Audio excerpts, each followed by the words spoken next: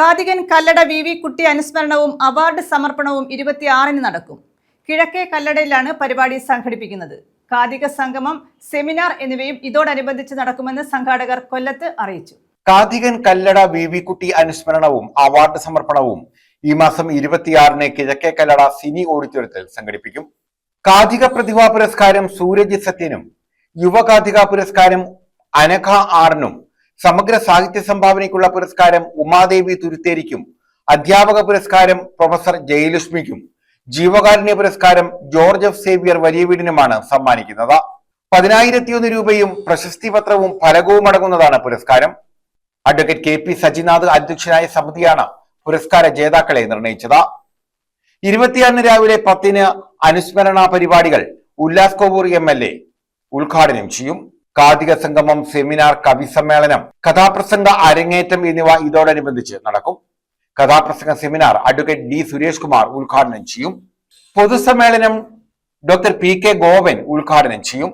വിവിധ മേഖലകളിൽ പ്രഗത്ഭരായവരെയും സ്കൂൾ സർവകലാശാല യുവജനോത്സവങ്ങളിൽ കഥാപ്രസംഗ മത്സരങ്ങളിൽ വിജയികളായവരെയും പരിപാടിയിൽ ആദരിക്കും. കാതികൻ കല്ലട വി കുട്ടി ഫൗണ്ടേഷൻ, കഥാപ്രസംഗ പരിപോഷണ സമിതി, കവിത്രയ ഗ്രന്ഥശാല എന്നിവ സംയുക്തമായാണ് പരിപാടി സംഘടിപ്പിക്കുന്നതെന്ന് advocate V Jose Kallada, advocate K P Sajinath, VT Kurippuzha, V Lal, G Velayudhan എന്നിവർ അറിയിച്ചു. പ്രതിഭകളെ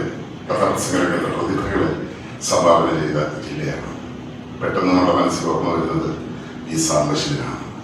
അതിനു മുമ്പ് തന്നെ KK വാദ്യാർ, പിൽക്കാലത്ത് കൊല്ലം ബാബു, ദേവദത്ത സുകുമാരൻ, കടക്കോട് വിശ്വനാഥൻ, ഇങ്ങനെ ഒരുപാട് പേരെ നമുക്ക് പരിചയമുണ്ട്. ആ ശ്രേണിയിൽപ്പെട്ട ഒരു പഴയ കാർത്തികന്റെ ഓർമ്മ ദിവസവുമായി ബന്ധപ്പെട്ട് ഉള്ള പരിപാടിയാണ് ഞങ്ങൾ നേരത്തെയും എല്ലാ വർഷവും നടത്താറുണ്ട്. 5 വർഷം കൂടി ഇരിക്കുമ്പോഴാണ് വിപുലമായ തോതിൽ ഈ പരിപാടി നടത്തുന്നത്. കാതികൻ കല്ലട വി കുട്ടി അനുസ്മരണം.